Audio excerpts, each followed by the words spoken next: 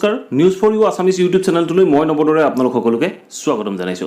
আপোনালোকে এই চেনেলটোৰ জৰিয়তে বিভিন্ন ৰাষ্ট্ৰীয় আন্তঃৰাষ্ট্ৰীয় খবৰসমূহ জানি থাকিব পাৰিব, গতিকে চেনেলটো সাবস্ক্ৰাইব কৰি অল নটিফিকেশন অন কৰি ল'ব। শিল্পা শেট্টিৰ স্বামী ৰাজ কুণ্ডা এৰেষ্ট হোৱাৰ পাছতে এনে কিছুমান বিস্ফোৰক তথ্য ওলাই পৰিছে। এই বিস্ফোৰক তথ্যবোৰ আপোনালোকক দিবৰ বাবে এই ভিডিঅ'টো প্ৰস্তুত কৰিলো।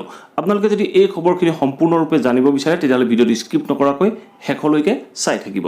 প্ৰথম কথা, বলিউডৰ অভিনেত্ৰী শিল্পা শেট্টিৰ স্বামী ৰাজ কুণ্ডা এৰেষ্ট হোৱাৰ আগতে ৰাজ কুণ্ডাই মুম্বাইৰ পুলিচৰ এচিপিক 25 লাখ টকা ঘুষ দিবলৈ যত্ন কৰিছিল। এই তথ্য ওলাই পৰিছে বৰ্তমান সময়ত তেখেতৰ চাৰিটাকৈ তেখেতে ৰাজ কুণ্ডাৰ ফালৰ পৰা দিয়া হোৱা মেইলৰ কথা উল্লেখ কৰিছে আৰু এই মেইলটোত ঘুষৰ কথা উল্লেখ কৰিছে বুলি বৰ্ণনা কৰিছে। মুম্বাই পুলিচৰ এচিপিক এই মেইলটো দিয়া হৈছিল আৰু এই মেইলটোৰ জৰিয়তে ঘুষ দিয়াৰ কথা উল্লেখ কৰিছিল। যদিও কোনো নিৰ্দিষ্টভাৱে উল্লেখ নাই, তথাপিতো এই মেইলটোত ঘুষৰ কথা উল্লেখ কৰিছে, 25 লাখ টকাৰ দিয়াৰ কথা উল্লেখ কৰিছে। আৰু এই মেইলবোৰ যি চাৰিটা মেইল গৈছিল এচিপিলৈ, এই চাৰিটা মেইল গৈছিল য়শ ঠাকুৰ নামৰ ব্যক্তিজনৰ পৰা। য়শ ঠাকুৰ নামৰ ব্যক্তিজনে মেইল কৰিছিল এচিপিলৈ আৰু এই মেইল কেইটা লগে লগে সেই ব্যক্তিগৰাকীয়ে মুম্বাই পুলিচলৈ ট্ৰান্সফাৰ কৰিছিল, মুম্বাই পুলিচক গতাই দিছিল। এনে ধৰণৰ বিস্ফোৰক তথ্য ওলাই পৰিছে বৰ্তমান সময়ত। সো এতিয়া চাওক, 30 এপ্ৰিল 2021 চনত ৰাজ কুণ্ডা এৰেষ্ট হোৱা আজি 2-3 দিন হৈছে। 30 এপ্ৰিল 2021 চনতে ৰাজ কুণ্ডাই তেওঁ এৰেষ্ট হ'ব বুলি সন্দেহ কৰিছিল বা গম পাইছিল।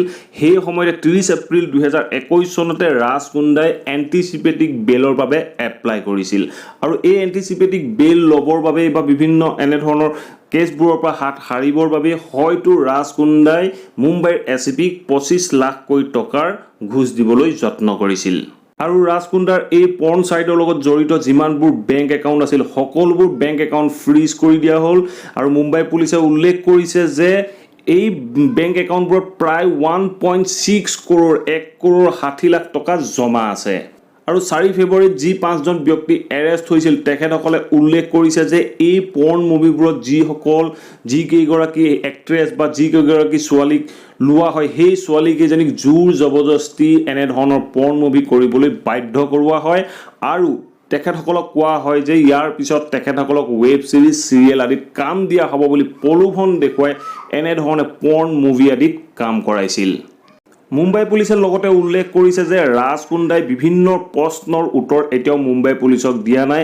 ৰাজ কুণ্ডাই মুম্বাই পুলিচৰ লগত কোঅপাৰেশ্যন কৰা নাই। মুম্বাই পুলিচে যিমানবোৰ কথা জানিব বিচাৰিছে এই সকলোবোৰ কথা ৰাজ কুণ্ডাই উল্লেখ কৰা নাই। আৰু মুম্বাই পুলিচে উল্লেখ কৰিছে যে যোৱা 1.5 বছৰত ৰাজ কুণ্ডাই প্ৰায় 100ৰো অধিক পৰ্ণ মুভি বনালে। 100ৰো অধিক পৰ্ণ মুভি বনালে আৰু 1.5 কোটিতকৈও অধিক টকা ইনকাম কৰিলে। 1.5 কৰোৰতকৈও অধিক টকা তেওঁ পৰ্ণ মুভিৰ পৰা ইনকাম কৰিছে। আৰু ৰাজ কুণ্ডাৰ মুম্বাইস্থিত বায়ান কোম্পানীটোতো পুলিচৰ দ্বাৰা তালাচী চলোৱা হৈছিল আৰু এই তালাচী অভিযানত পুলিচে বহুখিনি ডাটা জব্দ কৰিছে আৰু এনে কিছুমান তথ্যও পাইছে যিবোৰ তথ্য ৰাজ কুণ্ডাই আগতীয়াকৈ ডিলিট কৰিলে। ৰাজ কুণ্ডাই হয়তো নিশ্চয় গম পাইছিলে যে তেখেত এৰেষ্ট হোৱাৰ সম্ভাৱনা আছে, গতিকে এনে কিছুমান ডাটা ৰাজ কুণ্ডাই আগতীয়াকৈ ডিলিট কৰিছিল। এই তথ্যও আহি পৰিছে মুম্বাই পুলিচৰ হাতত।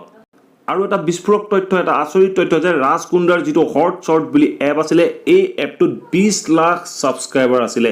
20 লাখ ছাবস্ক্ৰাইবাৰ থকা এই হট শ্বট এপটোৰ পৰা ৰাজ কুণ্ডাই কোটি কোটি টকা ইনকাম কৰিছিল।